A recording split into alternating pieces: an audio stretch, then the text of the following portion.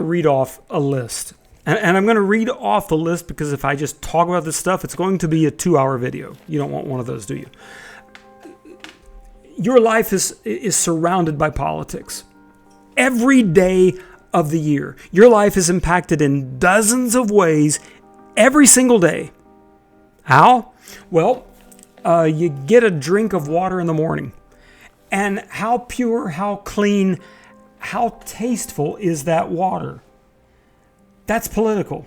You don't believe that? Ask the people in Flint, Michigan. It's political.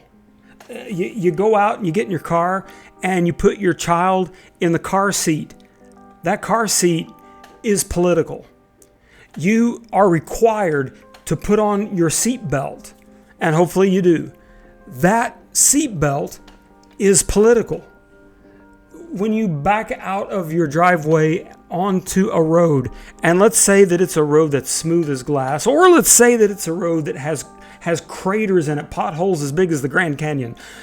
Either or, that's political. On one side is politics taking care of things. On the other side is politics not taking care of things. And you get to the highway on your way to work, and again, it could be the bumpy highway, the Grand Canyon you're driving through, or it could be like smooth as glass. It's politics doing or not doing their job. You get to work and you drive up, and on the door is a piece of plywood, and there's a note that says, "That's it, we're out of business. Get your paycheck at such and such office, and good luck with your life." And then you apply for unemployment.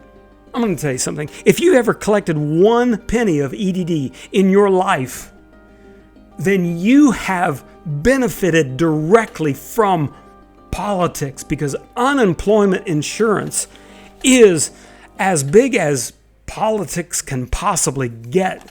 That's huge. Back in your neighborhood, in my neighborhood, every house has a tree in front of it. It's like house, tree, house, tree, house, tree. The house, somebody chose to build it. The tree, no one chose to put the tree in. The city mandated it through politics. So I got a tree out in front of my house that sometimes I like. And then when it has grown so big that it's dragging the top of my car, I don't like it. And then I have to trim it. And sometimes I can't get to the spots. I got to pay somebody to do it. And then I'm griping and complaining about politics. But see, that's the effect that it has in our lives every single day. Your kids get on a bicycle and they put on a bike helmet. That bike helmet is political. For example, there are 28 states that still do not have a bicycle helmet law. And last year, in those 28 states, 247 children died due to traumatic brain injuries in a bicycle accident. 147,000 had severe or traumatic brain injuries, which can be anywhere from a concussion to a life-altering change that lasts forever. That's politics. We need politics to jump in and make a difference. And I know it's easy to complain. I'm going to tell you right now, when I was a kid, you tried to put a bike helmet on me, I would have thrown a fit. But you know what? Sometimes we can throw a fit about things that the political arena puts into our lives, and it actually is for our good. How many lives do you think the seatbelt law has saved? How many lives do you think the airbag rules have saved? And I didn't necessarily want to wear a seatbelt when I first started wearing one. I didn't like it so much, but it's very possible that you're one of the people whose life has been saved. And it's also possible that you've attended a funeral because a seatbelt wasn't being worn. This becomes very serious. It's more than just a bunch of crooks. I don't have time.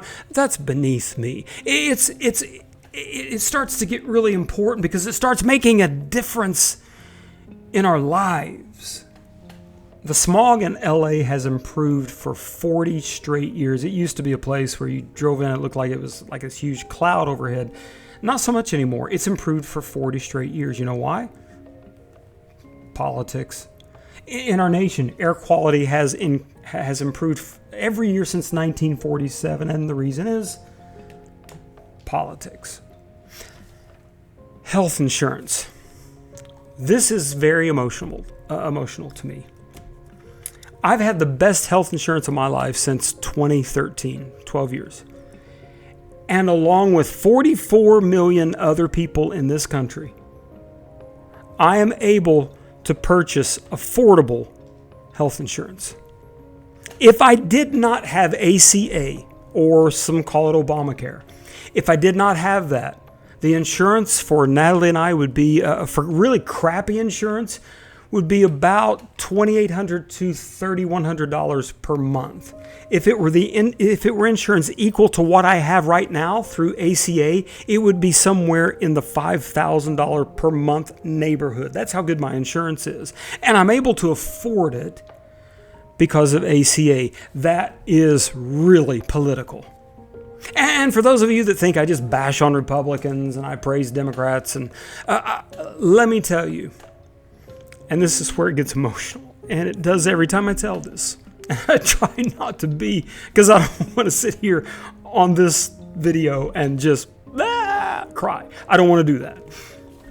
It's tough to do this without. John McCain, I dearly loved and respected him. And I didn't agree with anything. Like, his solution to every problem with every country was just turn them into a parking lot.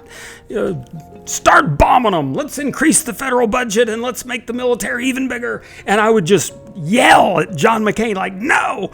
But I deeply respected that man, whose body had been through hell for 5 years. Hanoi Hilton. And when President Trump attempted to strike down ACA without going through the proper order in the Senate, John McCain, whose vote they were waiting on, it was up to him. If he said yes, ACA was gone and my medical insurance was gone. We were watching that night, scared. He walked by the desk, and that image will live in my mind forever. Politics make a difference, and politicians make a difference. And it's possible to deeply admire and respect a politician with whom we don't agree at all. Because somewhere along the line, that politician that you don't agree with at all, someday he's going to come through, he or she is going to come through for you in something that makes a massive difference in your life.